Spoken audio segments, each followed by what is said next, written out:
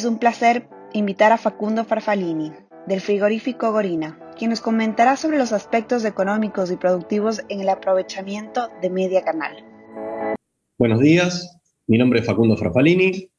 Quería agradecer a Red Alimentaria por haberme invitado a participar de las cuartas jornadas de integración de la cadena de valor de la carne ecuatoriana.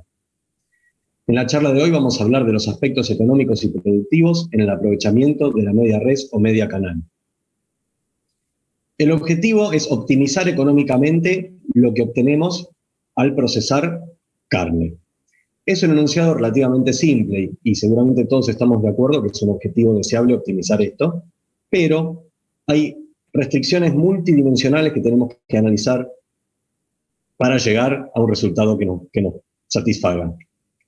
En primer lugar, tenemos que hablar de restricciones de mercado, que se dividen en oferta y demanda. En lugar de la oferta, ¿cuál es la materia prima disponible que tengo? Desde el punto de vista cuali y cuantitativo. Y desde el punto de vista de la demanda, también tengo que conocer lo que consumen nuestros potenciales clientes. También, cuánto y de qué. Otro tipo de restricciones son las restricciones políticas, que tienen que ver con los cupos o cuotas, que pueden ser extrínsecos o intrínsecos. Y por último, vamos a hablar de las restricciones físicas que tenemos, que tienen que ver más que nada con la capacidad de la planta que estamos operando de producir, siempre desde el punto de vista cuali y cuantitativo. Así que tenemos, para lograr esta optimización, el análisis de estas cuatro dimensiones: oferta, demanda, factibilidad productiva y cupos o cuotas. En primer lugar, vamos a hablar de las restricciones de mercado. La oferta es la materia prima que tenemos disponible para poder producir. ¿Y a qué me refiero con esto? Por ejemplo, ¿qué razas tengo disponibles en el país o en la zona en general? ¿Provienen de invernadas extensivas o intensivas? ¿Qué categorías tengo en los corrales disponibles para faenar? ¿Qué es lo que va a alimentar mi despostada dentro de 2 días? Respecto a las razas, sabemos que hay 3 tipos, básicamente, de lo que es razas carniceras. Las británicas, las provenientes de las Islas Británicas, son animales muy buenos desde el punto de vista de la precocidad sexual, permiten invernadas cortas, y los animales pueden terminarse con una cantidad adecuada de grasa de terminación a diferentes tamaños, lo cual permite atender diferentes mercados. Aquellos mercados que prefieren animales chicos, como el mercado argentino, o aquellos mercados que prefieren animales grandes, como el europeo. Por otro lado, tenemos las razas originarias de Europa continental, que son animales de mayor porte, generalmente de mayor rendimiento carnicero, pero que no son precoces sexualmente, por lo cual la invernada es 1 año más y no permiten terminar animales de tamaño chico, con lo cual únicamente me sirven para atender mercados que prefieran animales grandes, como el europeo. Y después tenemos que mencionar las razas índicas, que tienen mayor resistencia a condiciones climáticas adversas, a enfermedades parasitarias, etc., que podemos pensar que la carne no es tan buena, tan tierna como la de británicas o de continentales, pero con maduración adecuada podemos lograr niveles de terneza similares. Así que bueno. También tenemos que considerar si los animales que tenemos disponibles provienen de invernadas extensivas o intensivas. Cuando la invernada es extensiva, el animal dispone de una cantidad de alimento para comer y puede caminar, y las diferencias entre la velocidad de ingesta de los individuos van a ser, por ejemplo, que el que coma más rápido puede engordar más que el que coma más despacio. Mientras que si están en una invernada intensiva, todos los animales van a estar confinados y van a tener su ración, por lo cual voy a obtener lotes más homogéneos. También al estar confinados y no caminar, como en el caso de las extensivas, el confinamiento hace que el marbling, o sea, la grasa que tengo en el músculo, que es tan deseable para algunos mercados, va a ser mayor. Y por otro lado, vamos a mencionar que me van a permitir cumplir con la cuota Hilton aquellos que provienen de invernadas extensivas y ser aplicables a la cuota grain fed, la cuota de grano, aquellos que provienen de invernadas intensivas. Pero bueno, tener en cuenta todo esto para poder optimizar. Respecto a las categorías que tengo en los corrales, bueno, puedo tener macho entero, macho castrado, una vaca buena, una vaca conserva no tan buena, y cada una de estas categorías tienen asociado un nivel diferente de carne y de subproductos, entendiendo por subproductos hueso y grasa principalmente. Por ejemplo, acá vemos que para novillo y vaca buena las proporciones son similares en la pistola y pecho, que es lo que generalmente se desposta. Para una vaca conserva la cantidad de carne es notablemente inferior y en un toro es notablemente superior. Sin embargo, hay mercados que voy a poder atender con la carne de toro, otros que voy a poder atender con carne de vaca conserva y otros con animales buenos, sea novillo o vaca. Desde el punto de vista de la demanda, lo que tengo que conocer es qué consumen los diferentes países target a los que quiero exportar. Qué cortes, qué cantidades, si tienen algún requisito específico. Y bueno, vamos a hablar en primer lugar del mercado que hoy por hoy es la estrella, que es China. China es un mercado volumétrico, prácticamente no tiene límite de demanda, tiene un potencial de crecimiento muy, muy grande. El consumo per cápita es muy bajo. Hoy por hoy la mayoría de la población china llega al final de su vida sin haber siquiera probado la carne bovina, con lo cual hay un montón de mercado que se puede seguir desarrollando. Por hábitos culturales de cocción, generalmente la cocción es larga, ellos valoran mucho el garrón y el brazuelo, que son cortes que en otros mercados no se valoran tanto. Ellos importan carne con y sin hueso y lo que no quieren es grasa. Bajo todo concepto siempre dicen no fat. Entonces uno tiene que tener cuidado de los animales que va a utilizar para abastecer el mercado chino, porque si utilizamos un animal muy gordo, voy a tener bajo rendimiento de despostada porque voy a tener que desgrasarlo muy bien. Respecto a esto que dijimos que era un mercado volumétrico, también hay un nicho de mercado premium que se está desarrollando permanentemente. Es una economía que está en desarrollo franco y más o menos una población equivalente a 40 millones cada 2 años pasan a ser de clase media, con lo cual aumenta su poder adquisitivo y pueden empezar a consumir carne bovina, que es muy cara. En segundo lugar, vamos a hablar del mercado ruso. Antes de que se desarrollara el mercado chino, Rusia era un mercado volumétrico muy importante, de los más importantes, pero a raíz de la inmensa demanda de China, la verdad que la participación ha bajado bastante.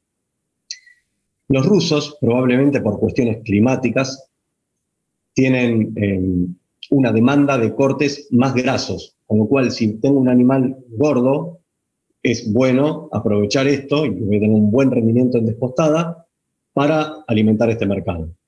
Y básicamente lo que llevan es carne industrial, si bien también llevan algunos cortes de la rueda o del delantero.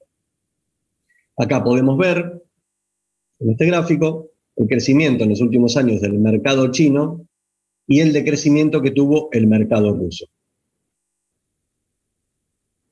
Vamos a mencionar ahora el mercado de la Unión Europea, que es un mercado de valor, un mercado maduro, no como el chino que está en franca expansión, quiere decir que la demanda es bastante constante. A Europa resulta atractivo enviar cortes dentro de la cuota Hilton o de la cuota Grain-Fed, porque los aranceles que se pagan a aduaneros son bastante inferiores o incluso nulos en el caso de esta segunda cuota. Y el consumidor europeo tiene preferencia por animales de gran tamaño y bien terminados. Podemos mencionar también el mercado chileno, también es un mercado de exportación de valor. La calidad de la carne para ellos viene determinada por la edad de los animales y ellos solicitan que haya una certificadora de tercera parte ocupándose de la tipificación de los animales. ¿Cómo se hace la tipificación? Se evalúa básicamente la cantidad de dientes definitivos que tiene cada individuo. Es un mercado también maduro, la demanda es bastante constante y lo que ha cambiado en los últimos años es que pasaron de comprar músculos enteros a adquirir porciones de músculos, lo que se dice retail ready, es decir, pedazos de carne que pesen entre 1 kilo y 2 kilos que estén listos para ser comprados por el consumidor en un supermercado. Otro mercado muy interesante es el de Estados Unidos. Estados Unidos básicamente tiene 3 nichos. El primero es carne industrial. Ellos consumen mucha hamburguesa. Y demandan mantas que tienen que tener una cantidad determinada de grasa y son muy exigentes en esta. Se penaliza mucho económicamente cuando no se cumple con el porcentaje de grasa especificado. Por otro lado, tenemos que mencionar el mercado de valor, es decir, cortes de finos como el bife ancho, como el bife angosto, como el lomo.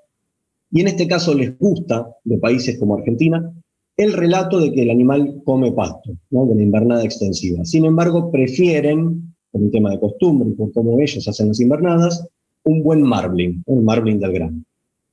Por otro lado, otro nicho importante de Estados Unidos es la comunidad judía. Tiene una comunidad judía muy importante, con lo cual puede resultar interesante exportar a Estados Unidos cortes para abastecer ese nicho. Ya que hablamos de la comunidad judía, vamos a hablar ahora de Israel. Esta comunidad valora muy bien los cortes del cuarto delantero, más incluso que cualquier otro país. Exclusivamente todo lo que se envía a Israel tiene que ser faenado bajo el rito kosher, lo cual trae aparejado, por la cantidad de religiosos que están observando el proceso, una velocidad relativa de producción industrial más baja que otras faenas u otras despostadas. Entonces, se balancea el muy buen precio que pagan por los cortes del cuarto delantero con esta velocidad relativa más baja. Vamos a hacer una breve mención también a Brasil, que es el gigante de Sudamérica. Tiene una importancia gravitacional ante el cierre o la apertura de algún mercado. Por ejemplo, si por algún tema de una enfermedad zoosanitaria cierra el mercado chino, digamos, entonces, al no estar esa oferta gigantesca de carne de Brasil volcada hacia China, los precios de compra de China tienden a subir. Y por el contrario, cuando se abre Brasil, los precios de compra tienden a bajar. Y los brasileños son consumidores muy importantes de picaña, la tapa de cuadril. Si bien ellos son enormes productores de carne, todo excedente de tapa de cuadril de otros países lo compran. Y lo pagan mejor que casi cualquier mercado. Vamos a hablar ahora de las restricciones políticas, cupos o cuotas, que pueden ser extrínsecos o intrínsecos. Por ejemplo, cantidades máximas que podamos exportar por una protección del mercado interno, ya sea del propio o del país al que queremos exportar. Cuota Hilton, ¿qué es?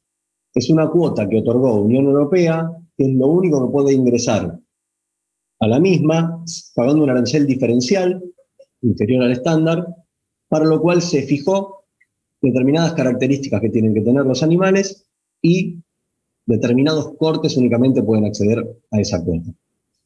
En el caso de Argentina, que es la que más recibe de la Unión Europea, 30.000 toneladas por año, se decide gubernamentalmente cómo se reparten esas toneladas entre todos los exportadores. Y tienen que ser animales alimentados exclusivamente a pasto y pueden ir cortes de la rueda o del RAN. En el caso de la cuota Grain Fed, es una cuota que directamente no paga arancel, pero es una cuota que no se reparte entre los diferentes exportadores, sino que está dada y el primero que llega a Unión Europea y nacionaliza, toma parte de esa cuota. Es una cuota que se reparte trimestralmente y que permite exclusivamente animales confinados durante al menos 100 días y alimentados a grano. Es bien diferente.